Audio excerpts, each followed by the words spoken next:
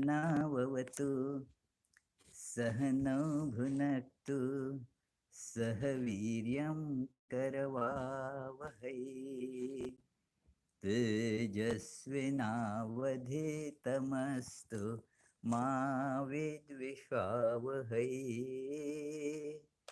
ॐ शान्ति शान्ति शान्तिः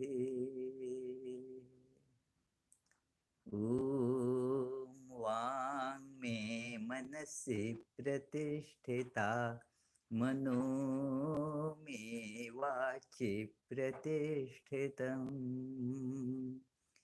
आयेधि वेदस्य महाणीस्थ श्रुतं मे मा प्रहासीः अनेनाधीतेनाहुरात्रान् सन्दधामि ऋतं वदिष्यामि सत्यं वदिष्यामि तन्मामवतु तद्वक्तारमवतु अवतु माम् अवतु वक्तारम् ॐ शान्ति शान्ति शान्तिः ॐ ब्रह्ममेतु माम् मधुमेतु माम् ब्रह्ममेव मधुमेतु माम् ब्रह्ममेधया मधुमेधया ब्रह्ममेव मधुमेधया ॐ शान्ति शान्ति शान्तिः. So, dear friends, this discourse is specifically directed towards a very nice devotee group in Utah around Salt Lake City. So I remember my several trips there, and last time when I had gone, it was many programs that were arranged there, and I was very happy, pleased to see that so many people are interested in the studies of Vedanta, study of Sri Ramakrishna, Swami Vivekananda, and they want to make their life imbued with the great thoughts, wonderful ideas that emanate from great ancient sages down to the many modern practitioners and realized souls of these Vedantic truths. Now you are all, in a way, you have come to Vedanta Society of Providence. Last time I had mentioned to many, hey, please come to Providence. You can spend some days staying there. And now, although you don't travel these days because of various these problems due to coronavirus, yet you can always travel with all these technologies available. You can travel and come here virtually riding the electromagnetic waves. So the topic that we discussed and was decided for today's meeting was that this how yoga and Vedanta are connected with our what is called health, how they are conducive for a healthy life. And we all want to lead a healthy life. It is especially important to think of mental health in this context. Our mind has to be healthy. Uh, and yes, Nitin Johan, I saw your this message. Pranam, Namaskar. And yes, friends. So let us take a look at it. That what does we the word health mean? And the health has a very beautiful Sanskrit word that connotes the idea of health in great depth. It is that word is swastha. In many Indian languages, this word is used to indicate that how is your health condition. I am swastha.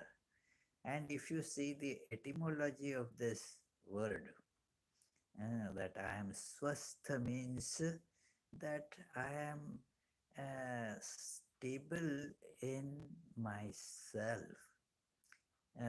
or established in my true self. So uh, I do not have any problem um, about myself.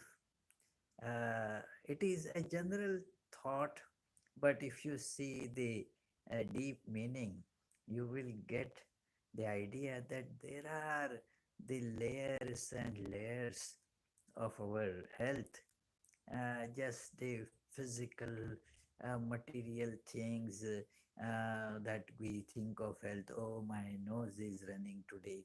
Okay, it will come, it will go. These days, pollen allergies and many people get affected. So some cold comes, we don't worry much about it. Ah, well, my blood pressure has been going up and down. You're crazy. I don't know what to do. One gets more worried about it. Hmm. Then some deeper problems about physical health. Then there is the mental health. I feel very anxious, terrible. Uh, I feel so depressed. I don't get any initiative. Also, I have become very quarrelsome. I can't tolerate a company of so many such disturbing people around me. And then my mind gets so upset and disturbed because of all that is going around these days, all the unsettling and upsetting news that I hear and see every now and then. It is my mental health gets big hit, hitting due to that. Also, there is another idea, another aspect there that one has to see that the mental problems they range. Some find it very difficult to feel a sense of purpose in life. What should I be doing? Why am I living? Mm, quite naturally, people feel this. Also, there are uh, many, the violent thoughts come in mind at times that somehow or other, although you know that it is wrong, it is certainly not proper to have such thoughts about others. And so when such thoughts come, they then get followed by this sense of terrible guilt. No, this is not right. And then those things, they keep on eating in our conscience and making our life more a problem. It is our relationships with others get spoiled. It is, there are so many different things. Another important part of that is who am I? This thought also keeps on coming.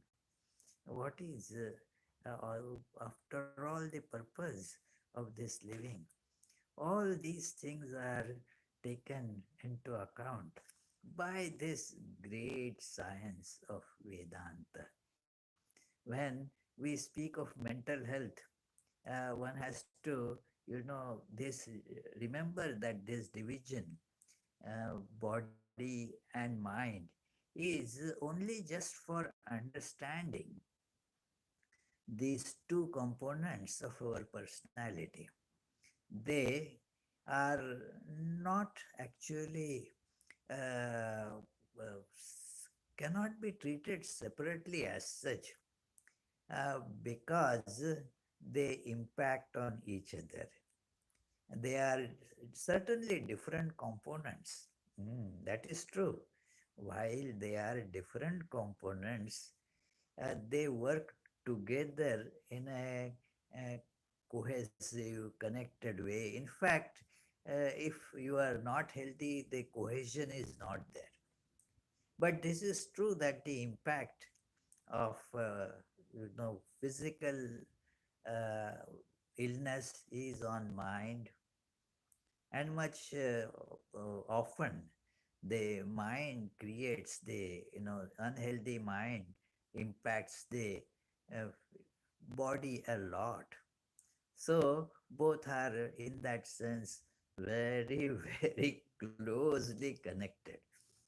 And this science of Vedanta and yoga, again, these two are also very closely connected ideas.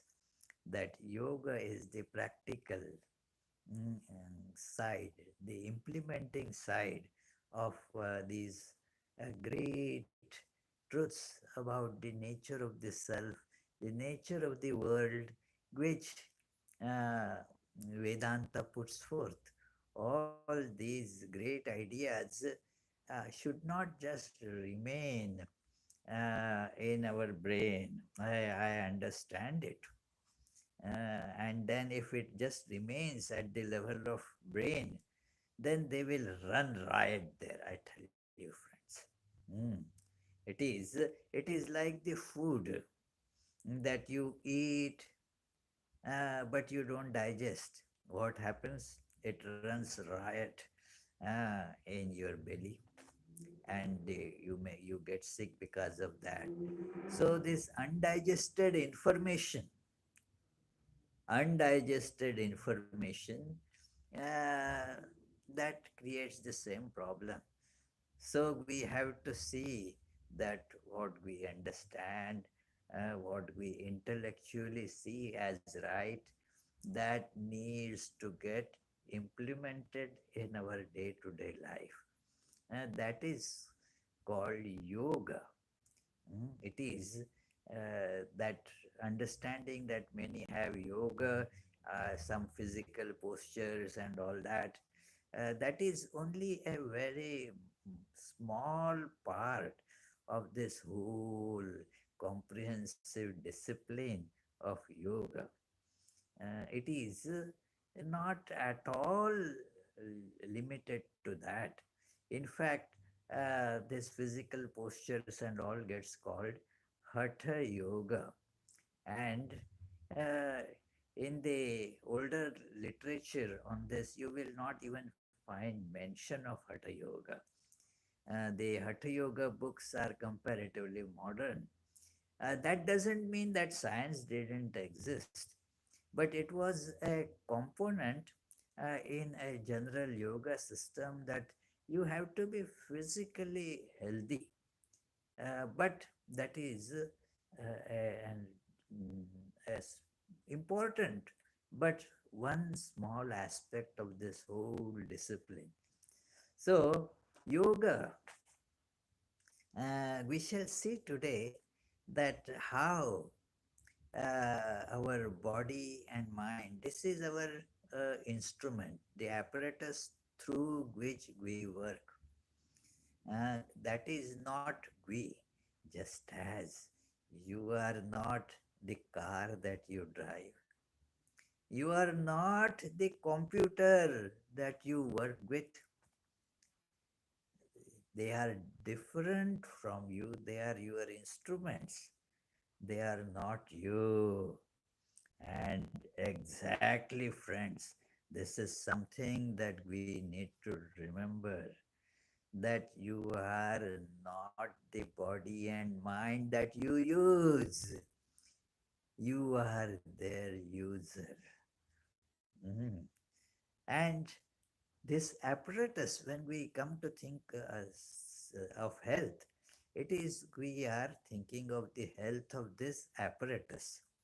Mm, Whether this apparatus can function properly, all its components are well synchronized so that uh, this will be able to do the right work for us.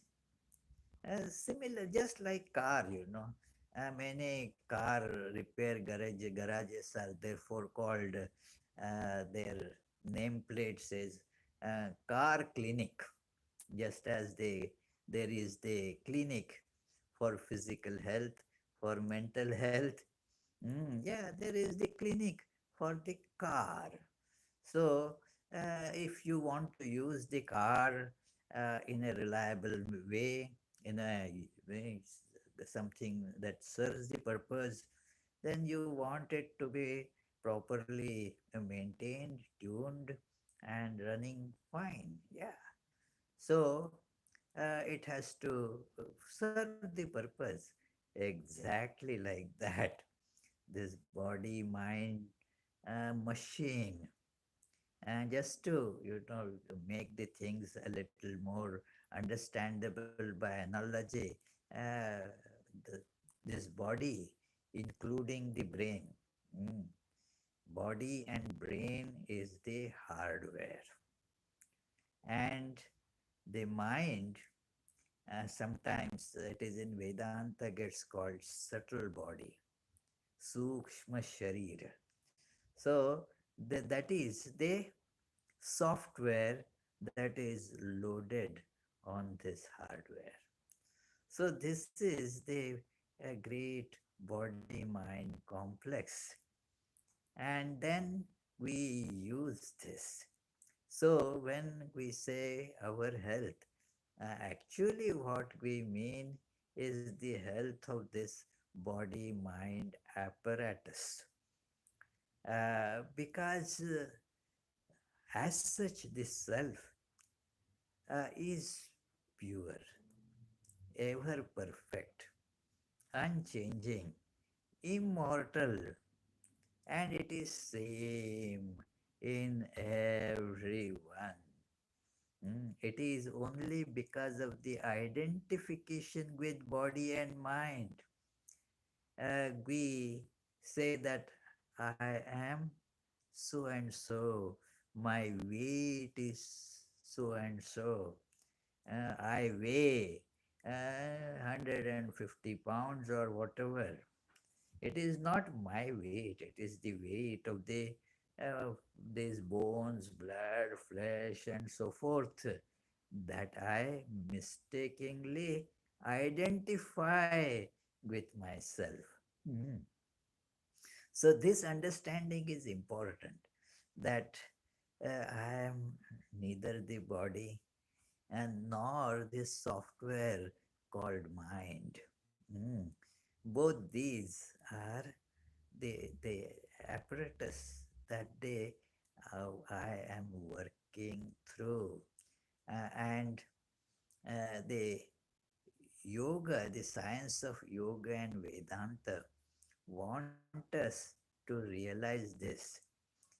It is, you have to control the body and mind. It should not control you. The key to really a happy life is you should be in control of the body and mind rather than what commonly seen is the body and mind, they put controls, restrictions on you, and thus you become miserable, unhealthy. So this idea needs to be appreciated, understood properly. So uh, I will uh, come to what Patanjali, the great ancient scientist of this Yoga Vedanta, says about this. Mm. The Yoga aphorisms of Patanjali uh, is a treatise that is kind of world famous treatise. In fact, there is no system that has been devised with such clarity and such practical efficacy in the whole world. It is precise and very succinct. It is comprehensive and touches all aspects of one's life till one realizes our true nature, and that is the ultimate idea of health, friends. So, Patanjali begins with, the second aphorism says that yoga is the keeping the modifications of mind under control. These modifications of mind, which automatically also impact the body. So these modifications are to be brought under control. That is the idea in yoga. Yoga chitta vritti nirodha. The modifications, these waves that keep on rising in the mind, thoughts and emotions. They keep on having their upsurge like sometimes the waves are very big like tsunami. They in our mind sometimes such very big and devastating thoughts waves they come, emotions make a big upsurge. Otherwise also there is always these waves that uh, are not able to control. It is they just kick us around. We become, our spirit becomes like a soccer ball uh, and the body mind keep on violently kicking it, and then that makes us naturally feel uh, unhealthy. So Patanjali says that you have to bring them under control. Your instrument is useful to you only up to the extent that you can control it. Mm. This point is to be remembered, that if we are not able to control that instrument, then it is actually dangerous. Imagine you are driving a car that you cannot control. And then, yeah, it is risk. It can hurt you, it can hurt others in various ways. So, therefore, the instrument that we are using, we need to be able to control that.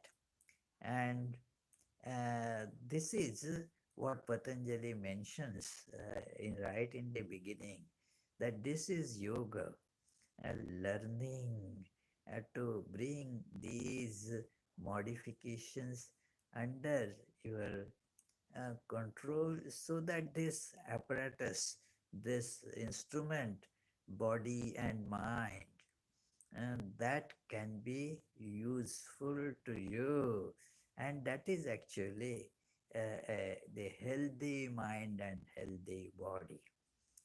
So, and if you don't do it, what happens? That is the next aphorism, and which says, Vritti sarupyam itaratra. Otherwise, if you don't have it under control, you go with it. They carry you like the car that you cannot drive properly, not under your control. Uh, like it happens sometimes in the accidents that occur, that it skids or something else happens.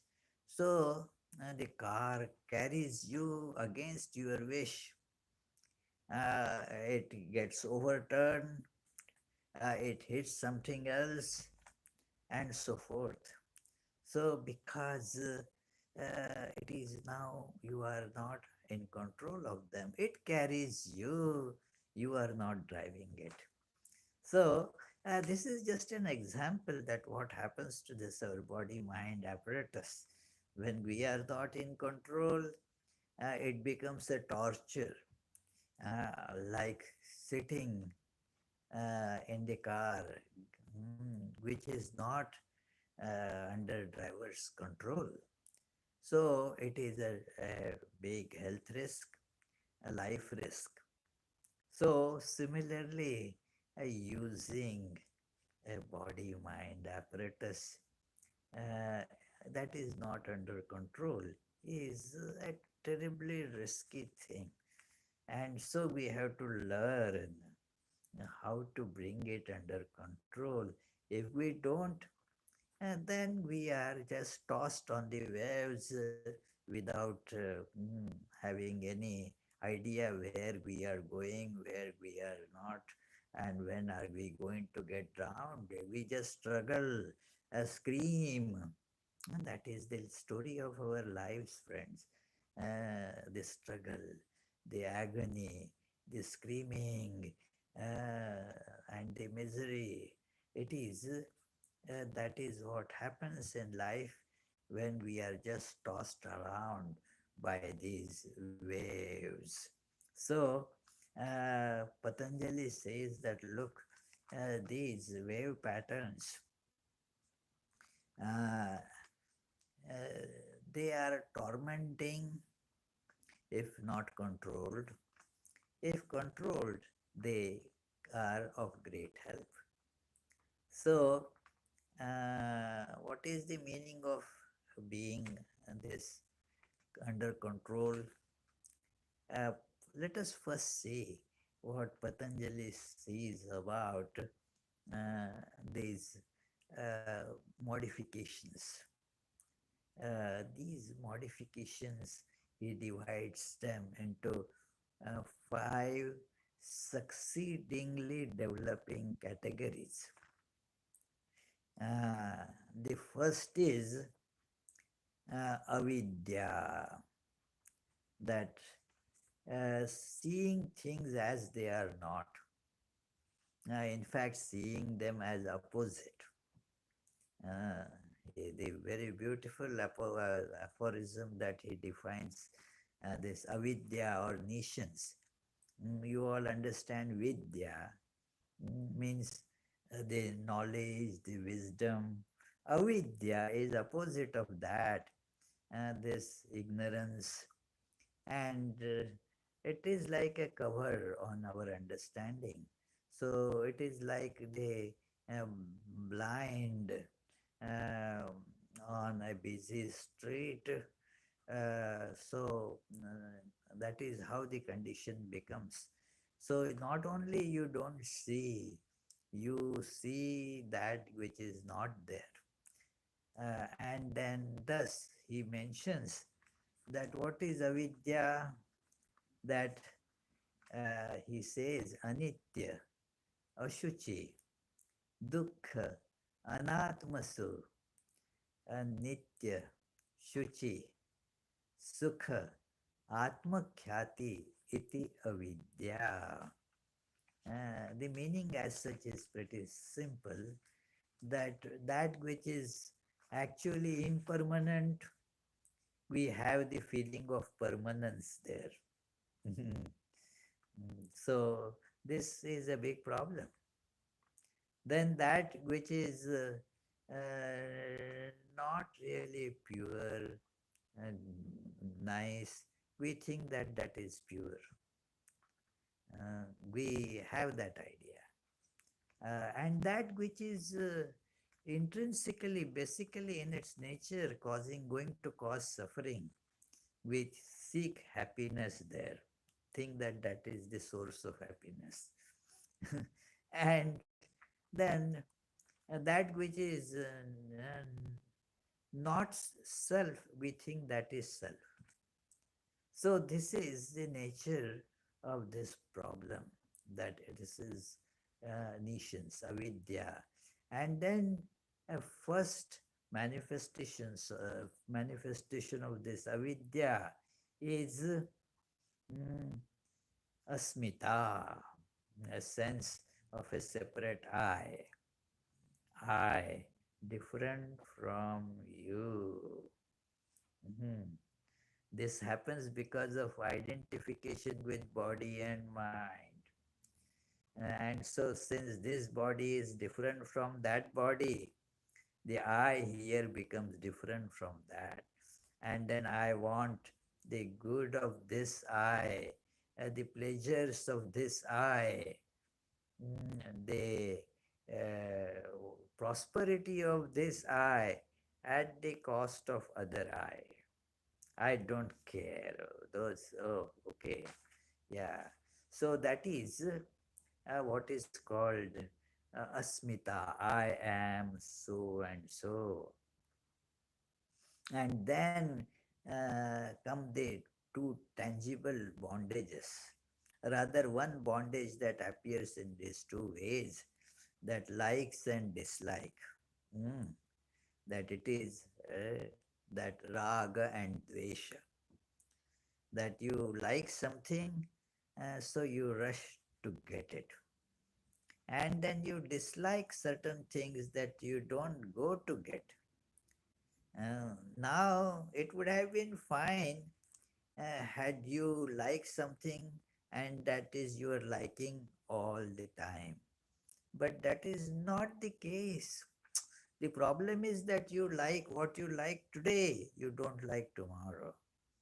You can see it very clearly in the behavior of little children, and that they really cry to get one toy, some toy. They want it.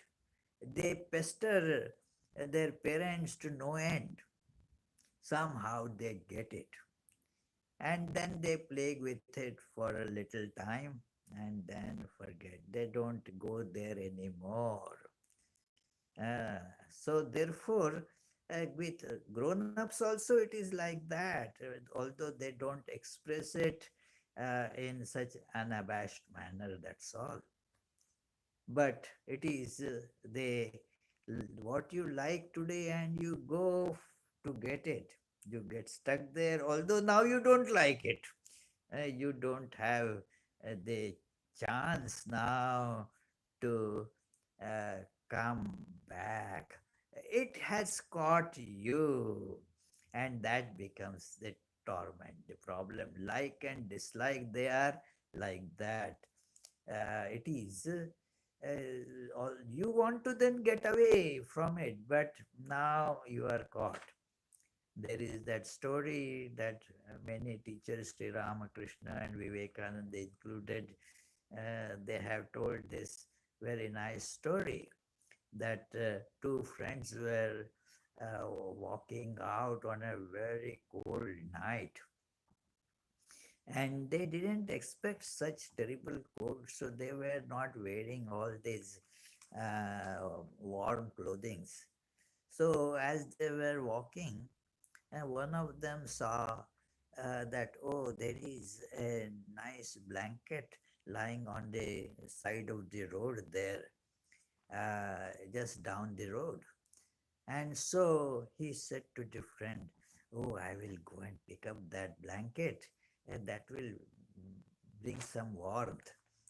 And the friend said, "Oh, sure, go. That's a good idea." And his friend rushes and then is holding the blanket, what he thought to be the blanket, but is not coming back. The friend said, "Well, get the blanket and come. We need to walk." Oh, the friend replied back in a very painful voice.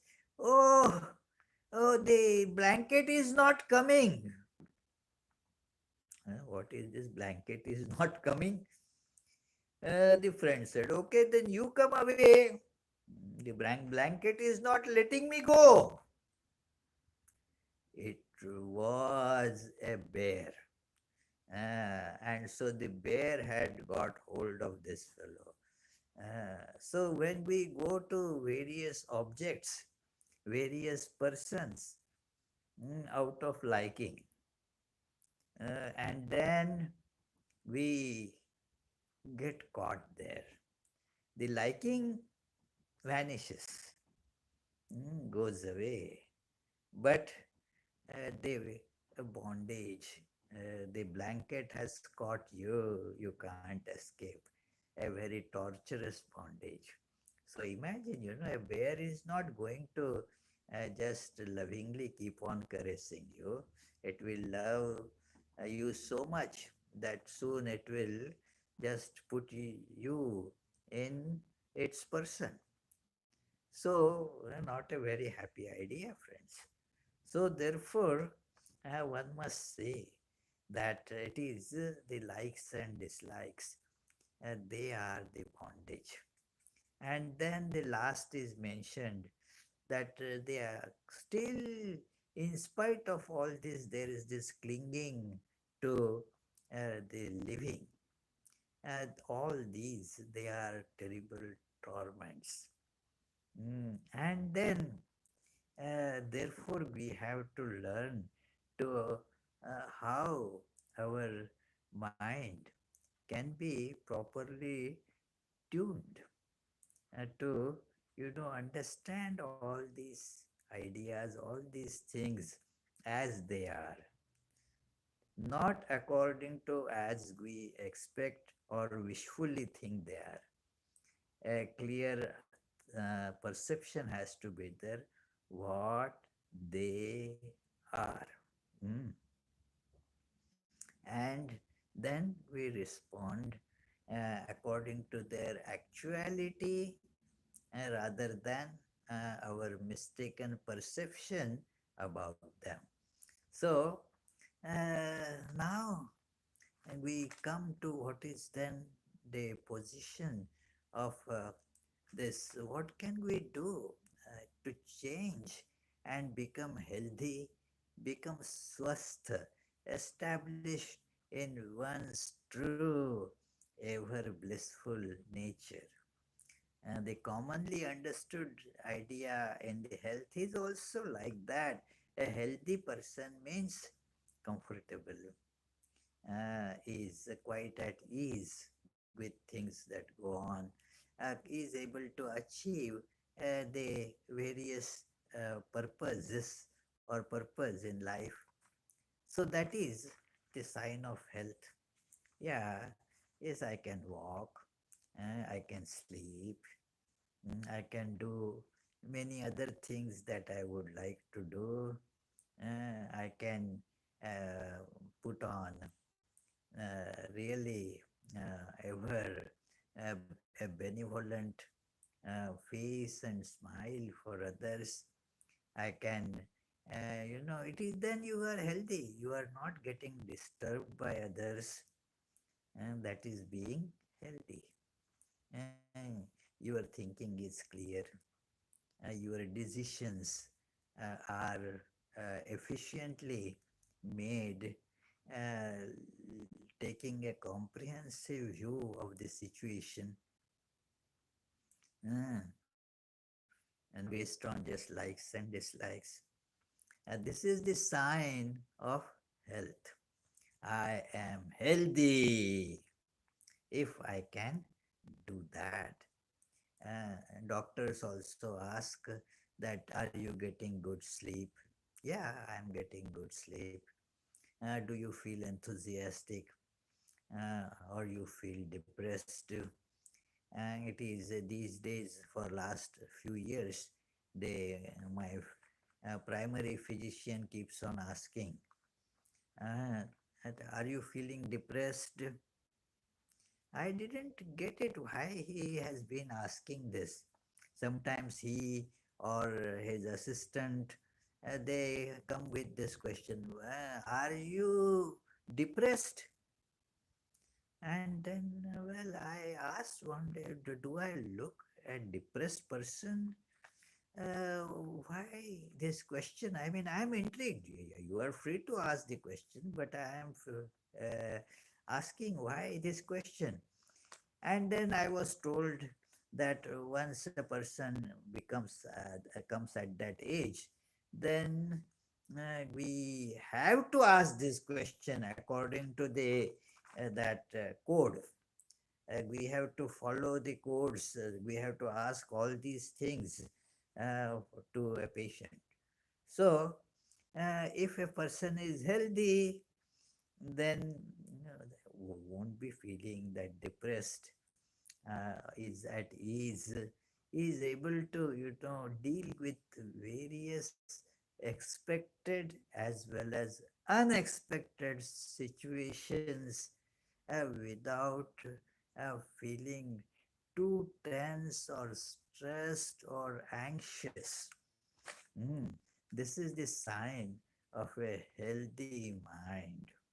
So, and how to go about it then?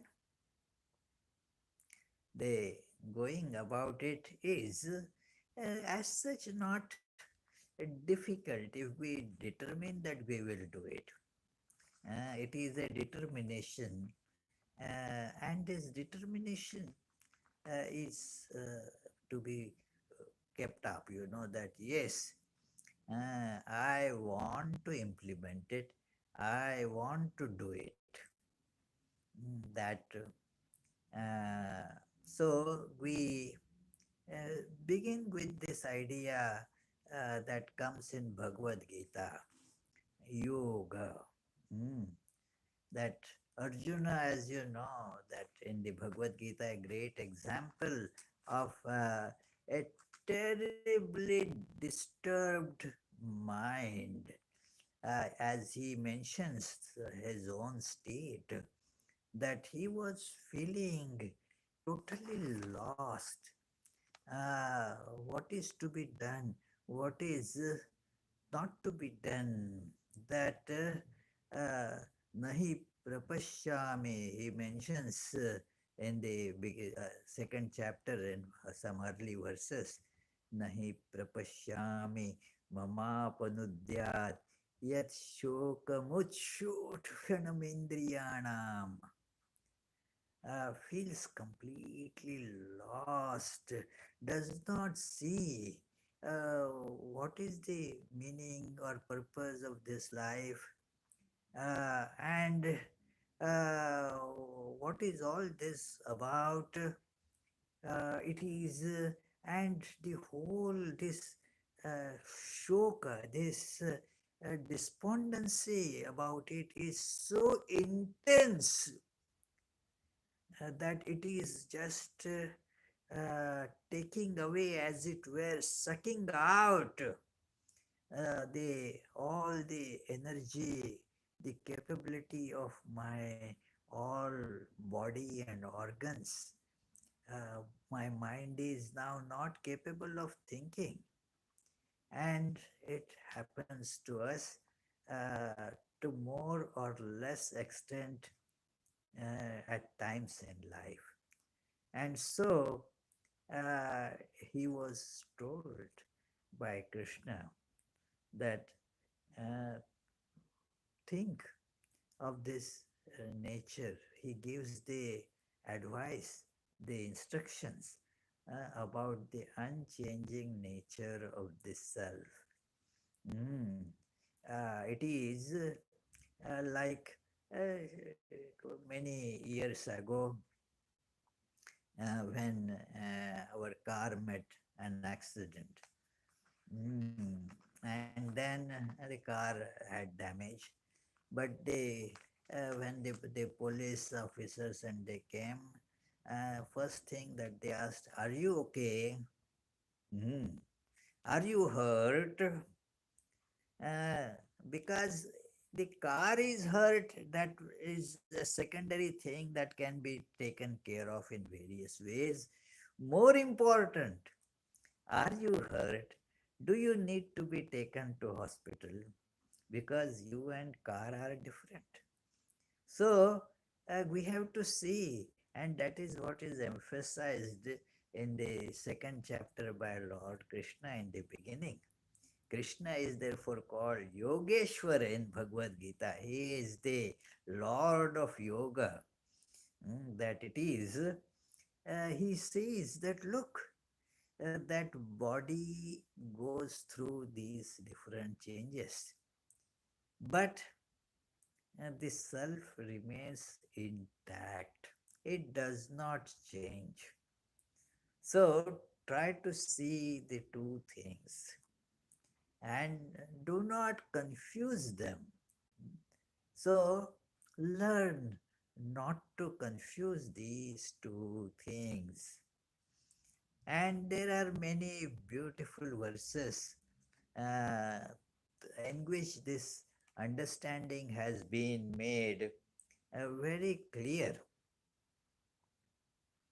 And after making this understanding clear, there comes a great verse there that do not get under the impression that all this is just philosophical baloney.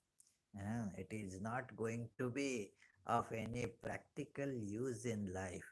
Maybe we like to read and see the intellectual uh, these flights in that. Great. But then, okay, done. Now let us go to our practical life.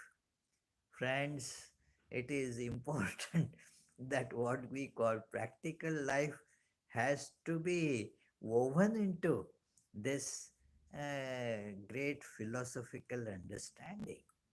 These things are practical. Mm. Vedanta teachings are not theoretical only.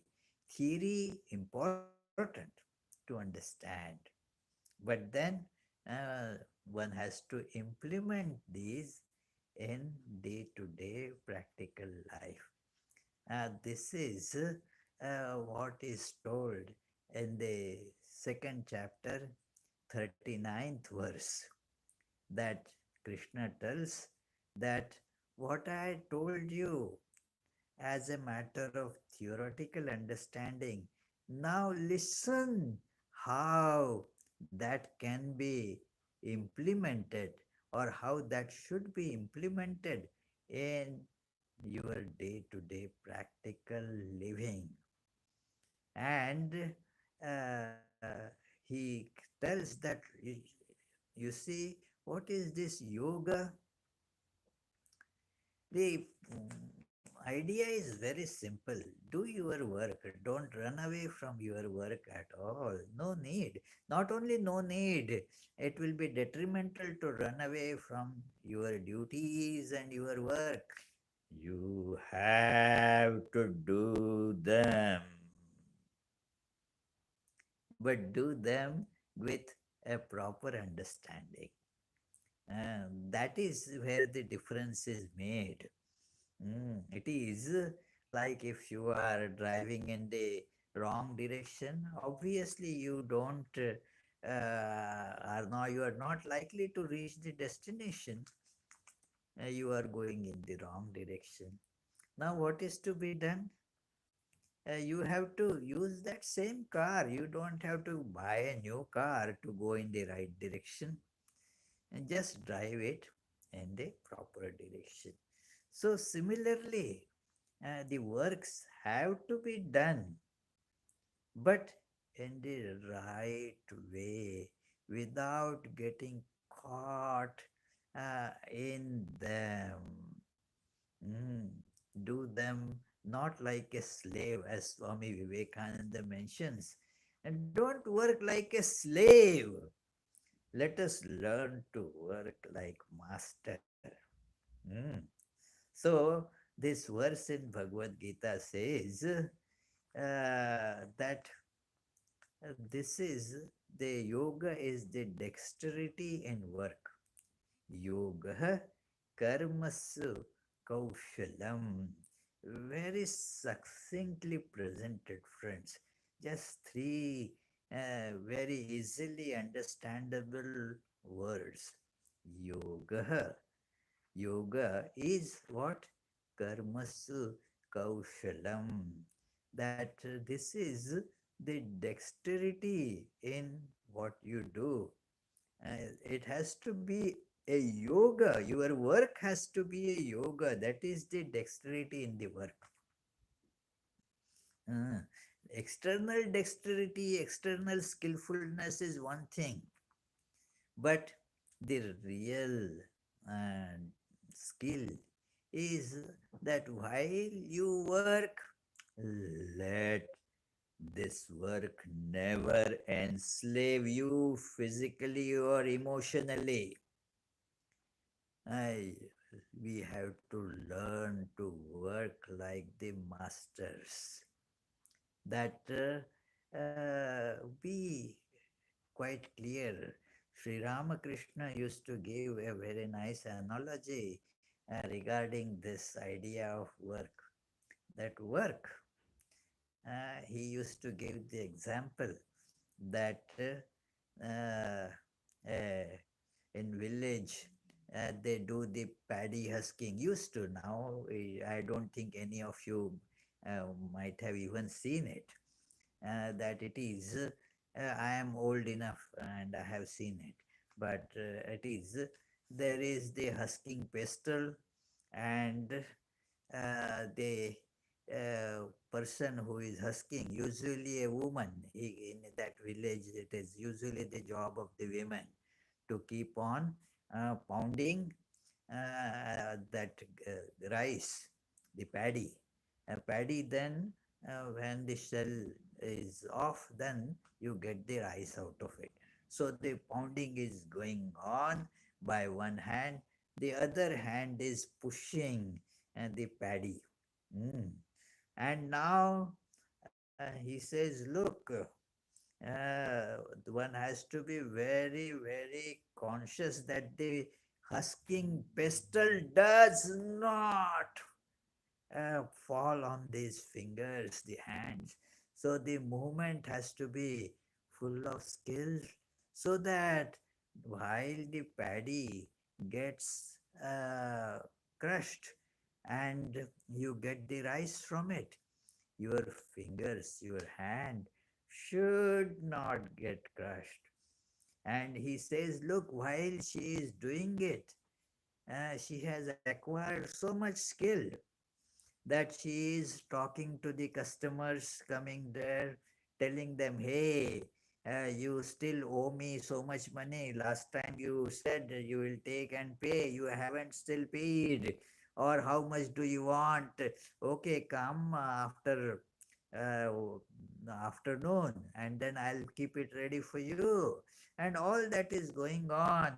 At times, she is also breastfeeding the infant, her child, and yet everything is going on smoothly. So this is like this kaushalam, dexterity in work. We should work, but keep the mind free. Let it not get entangled into it. It should work, do everything correctly, properly, without having this kind of entanglement in it. Our problem is that we get entangled in it. Uh, I and mine, and thus become slaves. So, this is the great idea yoga, that practice yoga and thus uh, this yoga is thus, has many components. One is the yoga of action, that yes, while acting, while working, you have to see that your work is done with the spirit of dedication. Hmm. So that selfishness involved in the work, that makes us get entangled. The uh, other part, the yoga of, say, emotions or devotion, to direct all our love not to the passing entities, but to that which is permanent, the God or our true self, directing love to that, and that is called the yoga of devotion or bhakti. Mm. Then there is the other idea, the yoga of discernment called jnana yoga. And jnana yoga is use the faculty of discernment. Mm. And then you will be able to see clearly what is permanent, what is not permanent. And thus your mind will remain detached. This is, I give this example very often, that when we know that something is impermanent, we don't get attached to it. Just see your seat in the plane that you are traveling in. You get a seat number or whatever, and you say, "That's my seat." But you are very sure that it is your seat for, say, that 1, 2, 3 hours, whatever time. It is not permanently yours. And so you do not get attached to it. Right? Actually, you are so eager when the plane lands, even though still there is not the announcement that, okay, now you get up from your seats. In fact, we are told, please stay seated till the announcement is made. But you start picking up your things, and you want to get up, leave the seat as quickly as possible. You never shed a tear. I have not seen anybody. Oh, my dear seat, how painful it is to leave you now. No. Because why? Because we know it is not permanent. It is not lasting. If we learn this, that this body is not permanent. It is changing, comes and goes. So we will not get attached to it. Mm. And thus miss, all this, the suffering will be gone. Because now you can see, as Sri Ramakrishna used to very clearly see, that let body and body suffering, let them be, oh, you be in bliss. Ah, so, body is not permanent. And then the connections that you feel as mine because of the body connections. My spouse, my parents, my children, my so and so, my house, and all that. That is just, it is connected because of the body. Mm. If body is impermanent, those things also are impermanent. And thus you lose the attachment to those and become thus free. So that makes us, this is the yoga of discernment. Then the yoga of meditation, concentration, accumulating that power that comes through concentration, that gets called Raja Yoga. So our life should be a proper combination combination of all these different yogas. Sri Ramakrishna is a great example of this harmony of all yogas in his life. And it is like Swami Vivekananda mentions in a great hymn that he composed on Sri Ramakrishna, that Advaya Tattva Samahita Chittam Projwala Bhakti Patavrita Vrittam Karma Kalevaram Adbhuta Cheshtam Yami Gurum Sharanam Bhava Vaidyam. That this is the person whose that mind is, or the intellect, the chitta, is full of the wisdom of non-duality. And the outer these actions, they are uh, like the clothing, that is a shining clothing of devotion. Mm.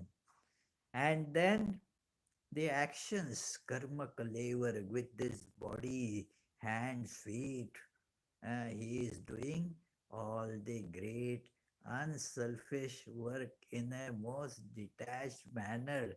It is God who is doing it. This is the instrument of God. God is doing it. So that is the practice of yoga, friends. I have spoken for a long time. So now, please quickly type your questions, whatever questions, comments you may have, and we shall spend a little more time in discussing those questions. It is, you are all very knowledgeable, intelligent, brilliant people. So, if you have any questions, I will be happy to discuss these on this very nice evening. Any questions? I am not seeing them here on this screen here.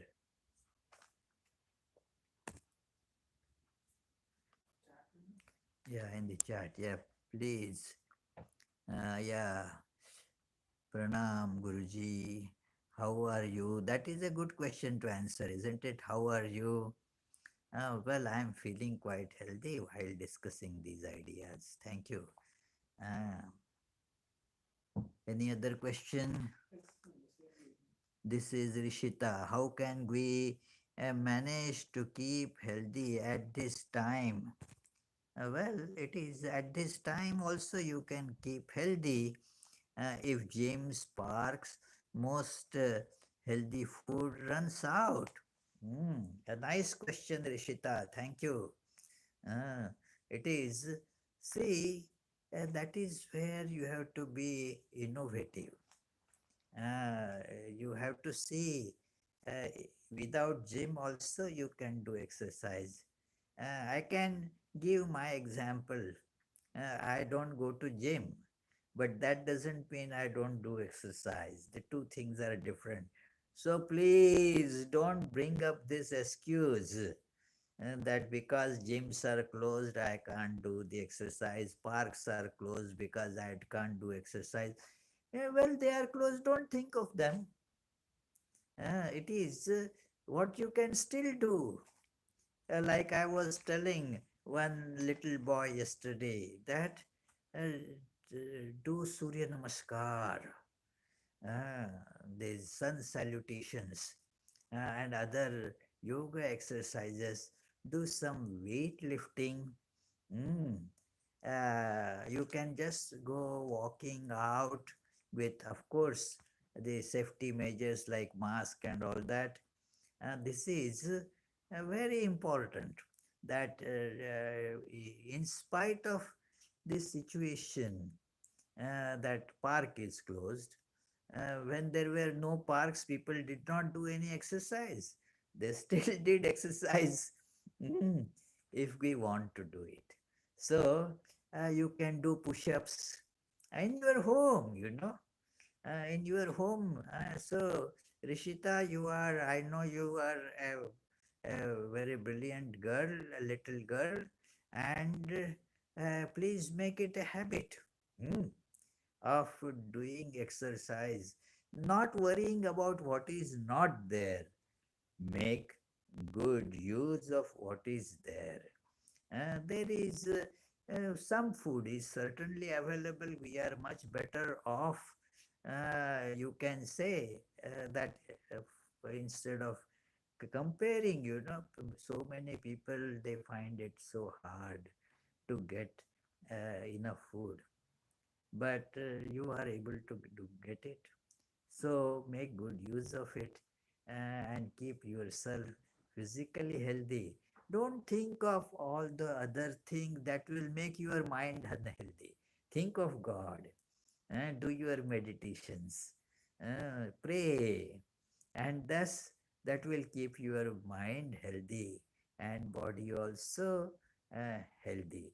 Please do that, my dear. Hmm? Okay. And then there are other questions. Ah, yeah. What is this? Prathamesh. Hello, Prathamesh. Namaskar. Everyone around is what? I huh? Perturbed. Oh, well, first of all, as I mentioned, um, you should not get perturbed at all. The coronavirus is there. There are situations will change. The yoga teaches you how you can retain the balance of life in spite of very testing situations. Look at that great example Sri Ramakrishna gives. He is talking to people after having gone on the previous day to a circus, and he says, look, that lady, she was standing on a running horse and doing all these various gymnastic things, uh, jumping and standing on the head on the running horse. Ah, it is now, see, she is controlling that. It is, and this situation is changing like that running horse. Mm. So, yoga teaches us that do not get perturbed in the situation like this. If we succumb to it, then what happens, is terrible. We acquire the habit of getting perturbed. Hmm. That sanskara, that impression comes. And so you will keep on finding excuses to remain perturbed. Hmm. And the mind will thus remain unhealthy. The external situation, you can't control it. Hmm. It is. Uh, so you have to be internally that strong enough and not to get swayed away by what is happening around. It will keep on happening. Mm. You have to be compassionate. That gives you the opportunity to be helpful to people around. So this is it is that is where the skill comes. If the situation is all very good, hunky dory, everybody is very respectful to you. All your students they are happy with you. Mm. Everybody says good things about you in their reviews, and then you are getting good money, you are able to, you are healthy physically. and then not getting perturbed what is there. But not being perturbed when there are so many physical health issues, uh, not getting perturbed when there is all this different kind of news that keeps on coming. One gets addicted to see that news. Some time back, one very nice devotee, she was telling me that my mind was going crazy. I could not do meditation. All these thoughts of this, all this news of coronavirus everywhere. But then I stopped watching that news, and now I feel quite stable. Now, why you go to watch it all the time, the same distressing thing? It is. Yeah, if you get stomach upset by eating something, is it necessary that you should keep on eating it every minute? Don't do it. So, after all, it is your responsibility not to get perturbed. It is not this responsibility of the situation to not keep you perturbed. It is basically, friends, our responsibility to remain healthy and unperturbed.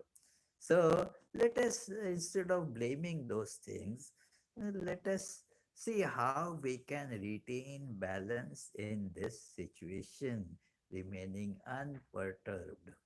Very good, Prathamesh. Uh, some other questions are there, I see. Charles, what does it mean to renounce mentally? What does it mean to renounce mentally?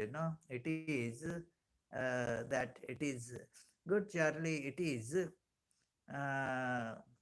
that mm, physically it is not possible to renounce everything, but mentally we have to develop this idea, this thought, and make it, deeply seated in our psyche that nothing belongs to me. Hmm. That is the renunciation. And let me tell here a great incident in Sri Ramakrishna's life to illustrate this idea. One very scholarly person, renowned scholar, heard about Sri Ramakrishna and came to see him at Dakshineshwar. He entered Sri Ramakrishna's room, and there were many devotees seated around. And then Sri Ramakrishna was discussing, as usual, the wonderful, these devotional spiritual ideas. And this man, scholars saw around, Sri Ramakrishna was sitting on that cot, and then there was his bed. There was a mosquito curtain there on that, and he had those some wrong ideas about renunciation. So he said, "Hey, you are supposed to have renounced everything. What is? You have a bed, and there is also a mattress on it. And I see, wow, there is a mosquito curtain also. Oh, what did I come to see?" Then Sri Ramakrishna started making a little fun. He started showing, oh, not only this, look, there is this umbrella. There are these shoes also. Oh, umbrella is there. Shoes are there. He started showing him, this is also there. This is also there. And this scholar started telling to the devotees, oh, this fellow is a fraud, a cheat. Don't get into his spell. He is not really a renouncing person. And then, okay, since I have come to this temple, let me take a dip in the Ganges. And then he left. And then he came back rushing to Sri Ramakrishna, prostrated before him, and that he saw that Sri Ramakrishna is not attached to anything, that he got that understanding by the grace of God. And then see, it's, that was the hallmark of Sri Ramakrishna's renunciation. No ego, no I am so and this is mine. That is, Charlie, the renunciation mentally. So Sri Ramakrishna used to give the example of King Janaka. He was a king living in that palace of king, royal palace. And so many wondered why he is a king and still he is considered a person of renunciation. Is he?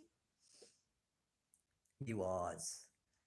Because his mind was always established in God. Nothing is mine. Mm.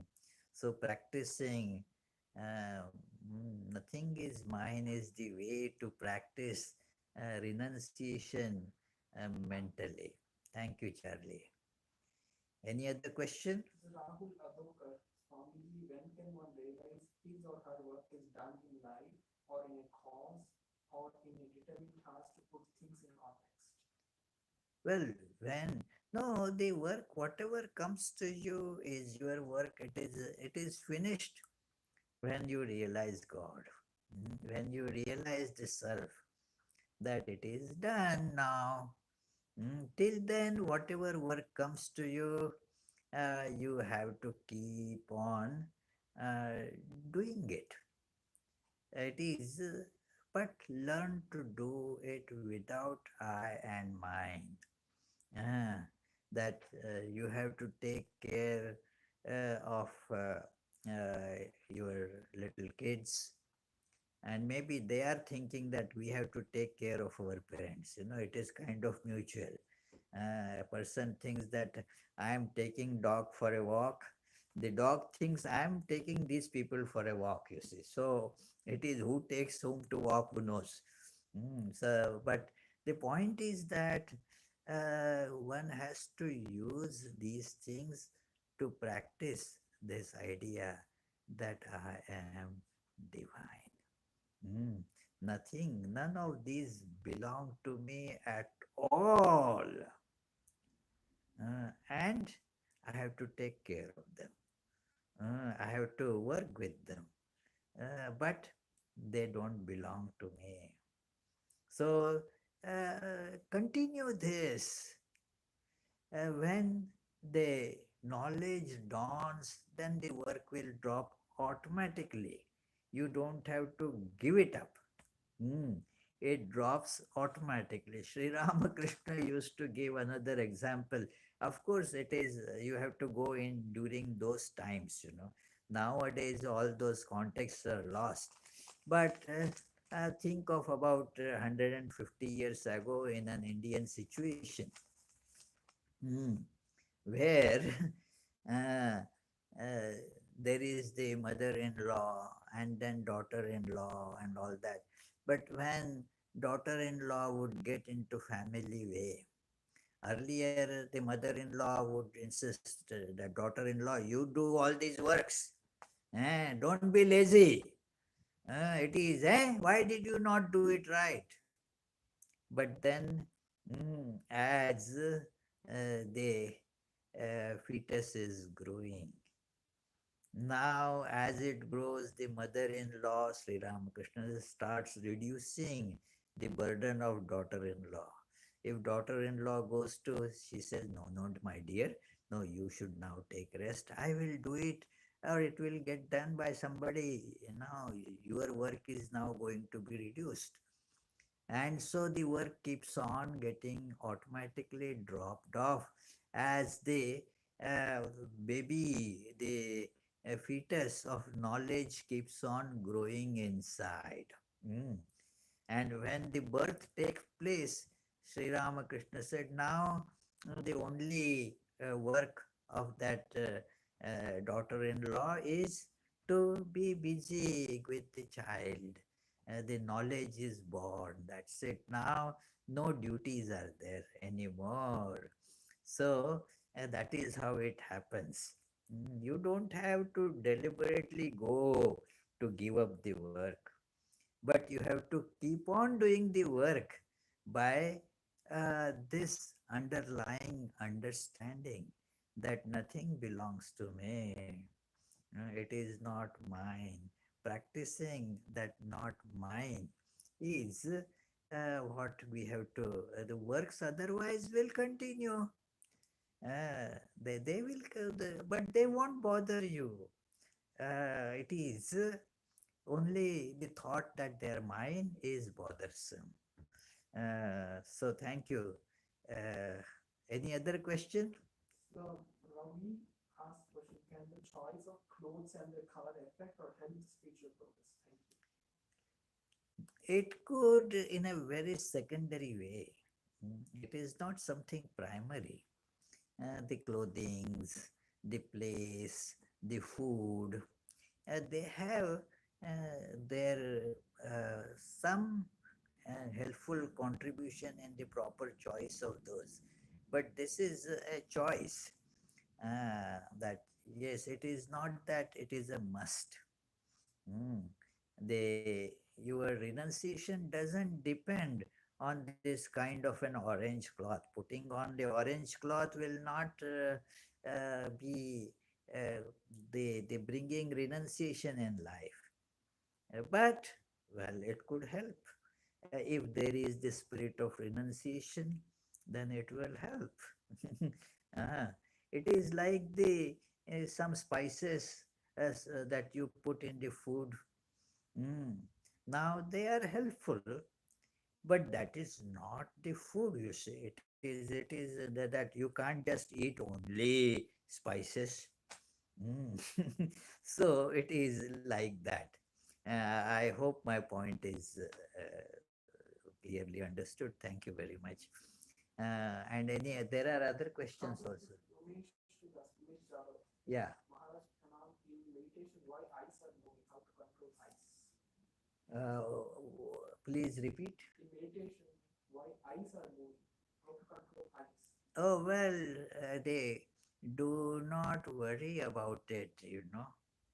Uh, do not worry about it. Uh, Probably to answer the question maybe because I don't know if there it are more. is that, what is this Umesh. in Umesh? Umesh, please don't worry about that. Let the eyes move you. If you want, you can just shut the eyes and meditate. Mm. That is why many people do like that, that they shut the eyes and then keep on meditating with shut eyes. Is That is the idea. There is another question I see. Amrita, please. What is that It is question? so difficult to control our mind and thoughts. How do we learn to control our mind better? Well, there is only one way, in fact, two ways, or twofold way. That Bhagavad Gita and even the Patanjali's yoga aphorisms mention that it is that abhyas is keep on practicing it, and second is vairagya. Vairagya means what is not conducive to meditation, what is not conducive to control of mind, avoid it. So it is, this is the twofold way that one has to keep on regularly practicing without giving excuses. Patanjali mentions and Bhagavad Gita also mentions that it is a long time one has to keep on practicing it. Dedication, with dedication, regularity, determination, discipline has to be there. And then gradually the life will start changing. Our awareness will change, and our priorities will change, our life will change.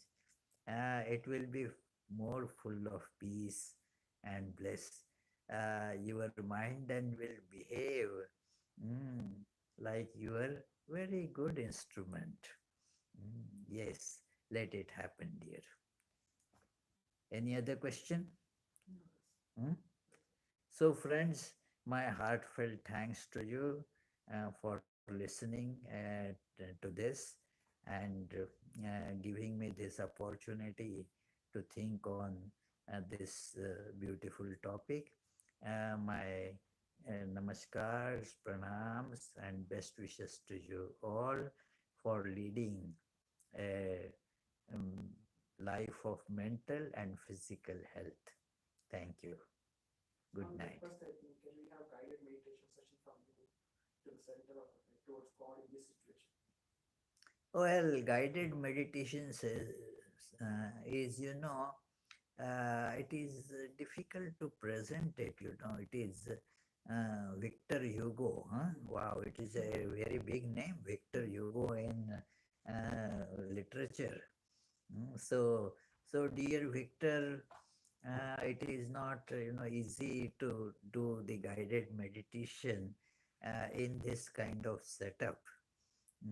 But if you meditate on what we have discussed, take those thoughts and then try to steady your mind.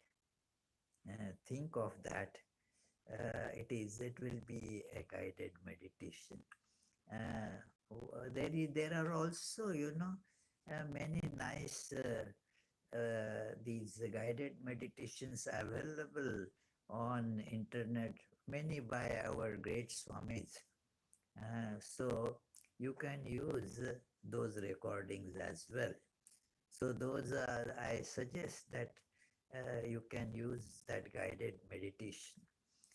But on this kind of YouTube platform, it kind of, sorry to mention that word, but it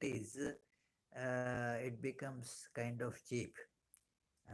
So we have to keep maintain the sanctity of meditation. It should not be allowed to be just something very cheap. So please forgive me, dear, but on this platform, I will not uh, do the guided meditation.